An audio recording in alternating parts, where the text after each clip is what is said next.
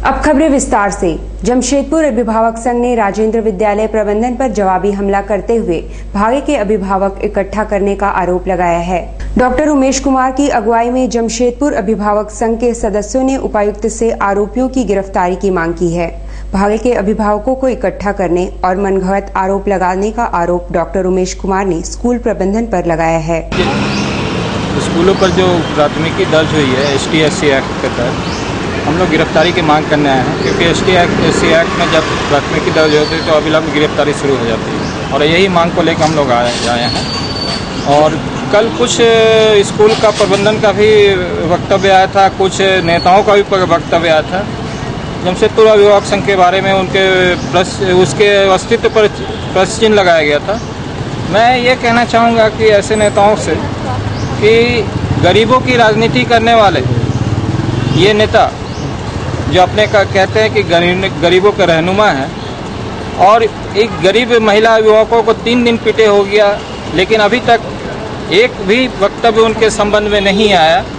लेकिन स्कूल के प्रति उनका दर्द झलक गया और स्कूल के साथ वो खड़े होकर अभिभावक संघ के अस्तित्व पर बयानबाजी करना शुरू कर दिया।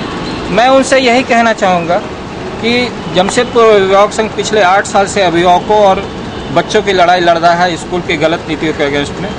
तब ये कहाँ थे अभिभावक? और स्कूल से भी ये कहना चाहूँगा कि जो ये बाजारू नेता स्कूल में एडमिशन के दलाल और भाड़े के अभिभावक को प्रस्तुत करके जो बयानबाजी कराने की कोशिश की गई है, क्या उनके ऊपर स्कूल में अभिभावकों की कमी हो गई है? ये साफ जाहिर हो रहा है कि स्कूल गलत है और गलत लोग को प्रेजेंट करके वो अपने आप को पाक साबित करने की कोशिश कर रहा है। जमशेदपुर अभिभावक संघ को कभी बाजारू लोगों की जरूरत नहीं पड़ी है, क्योंकि अभिभावक उसके हमेशा साथ रहे हैं। NH-33 निर्माण की मांग को लेकर झामुमो द्वारा किए गए चक्का जाम की समीक्षात्मक बैठक का आयोजन हुआ। बैठक में बाबर खान, रोडिया सोरेन, सुनील महतो, प्रमोद लाल आदि मौजूद थे। बैठक में बहरागोगा से लेकर टाटा तक सड़क की जर्जर स्थिति पर चर्चा हुई। बाबर खान ने कहा कि 1 माह के अंदर यदि सकारात्मक कदम नहीं उठाया जाता है तो बड़े पैमाने पर आंदोलन किया जाएगा। कि जनहित में झारखंड मुक्ति मोर्चा द्वारा जो आंदोलन की तैयारी और आंदोलन की जा रही है, ये जनहित में है और इसका निदान अवश्य होना चाहिए। और कल ही इस पर हमारे पार्टी के शीर्ष नेताओं ने एक अल्टीमेटम दिया है जिला प्रशासन से लेकर के राज्य सरकार को, यदि 1 महीने के अंदर NH-33 बहरागोड़ा से लेकर के जहां तक की स्थिति जर्जर है, अगर उसका कार्य नहीं हो पाता है, चलने लायक रोड नहीं होती है, तो 15 जून के बाद पार्टी का जो उग्र आंदोलन होगा उसका सामना करने के लिए राज्य सरकार तैयार हो जाए। सभी निजी स्कूलों में शुक्रवार को अंतिम वर्किंग डे रहा। अब गर्मी की छुट्टियों के बाद 15 जून को स्कूलों में फिर से पठन पाठन आरंभ होगा। गर्मी की छुट्टियां आरंभ हो गई। अंतिम वर्किंग डे के बाद स्कूलों से बाहर निकले बच्चों के चेहरों पर खुशी साफ झलक रही थी। सभी के अपनी अपनी योजनाएं हैं। कोई घूमने जाना चाहते हैं तो कोई वैकेशन में खेलना कूदना चाहता है और मस्ती करना चाहता है, तो कुछ बच्चे स्कूल से मिले भारी भरकम प्रोजेक्ट को पूरा करने की इच्छा जता रहे हैं।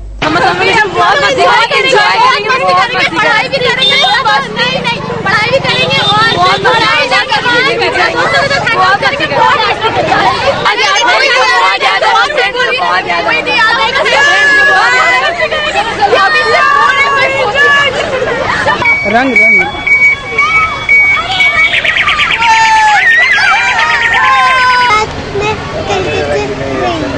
आपकी फ्रेंड याद आएगी?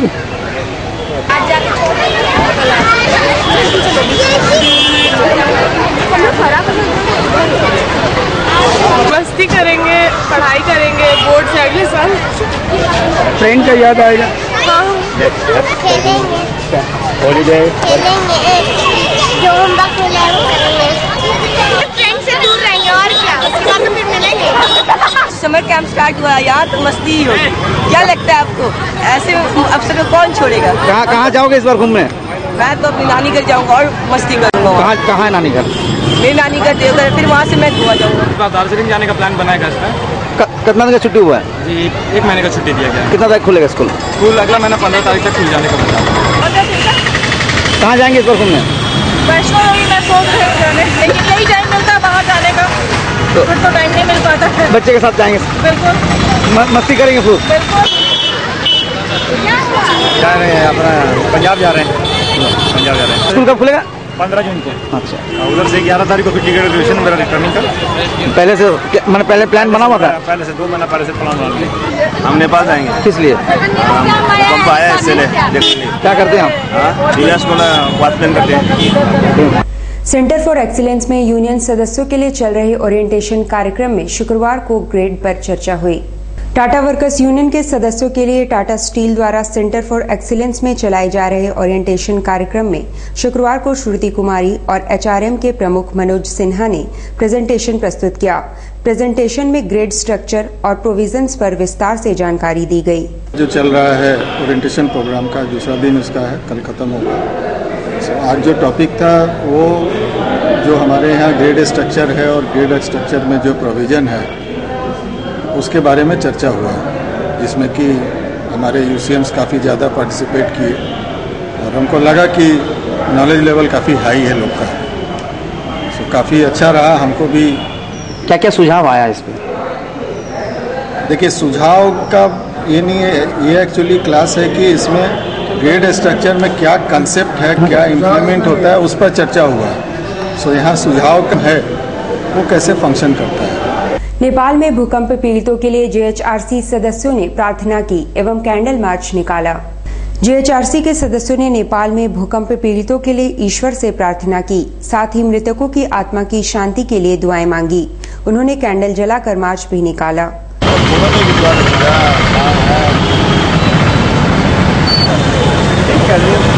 मेरा कहना गलत है क्या? पिछले दिन नेपाल, बिहार और देश के कई राज्यों में जो भीषण भूकंप हुआ था उसमें कई हजार लोग मारे गए और कई हजार लोग जो है घायल हैं, जिंदगी और मौत से खेल रहे हैं, जूझ रहे हैं।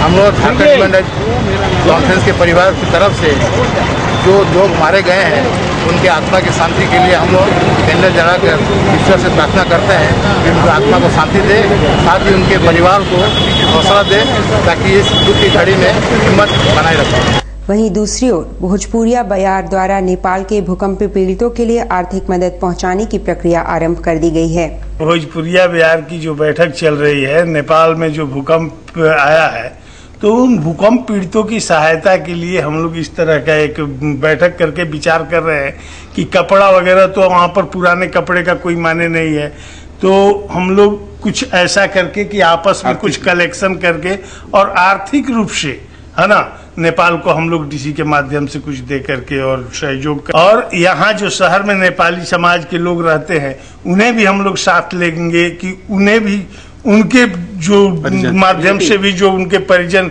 हताहत होंगे उन्हें भी हम सहयोग करने के लिए इस तरह से एक वातावरण बनाएंगे। झारखंड आंदोलनकारी मोर्चा की बैठक शुक्रवार को निर्मल गेस्ट हाउस में हुई, जिसमें राज्य के आंदोलनकारियों को चिन्हित करने में हो रही विलंब पर चिंता जताई गई। झारखंड आंदोलनकारियों को चिन्हित करने के लिए राज्य सरकार द्वारा टीम का गठन किया गया है, पर अब तक काम पूरा नहीं हो पाया है। निर्मल गेस्ट हाउस में झारखंड आंदोलनकारी मोर्चा की बैठक में इस मुद्दे को जोरदार ढंग से उठाया गया और मुख्यमंत्री से जल्द चिन्हित आंदोलनकारियों की सूची जारी करने की मांग की है।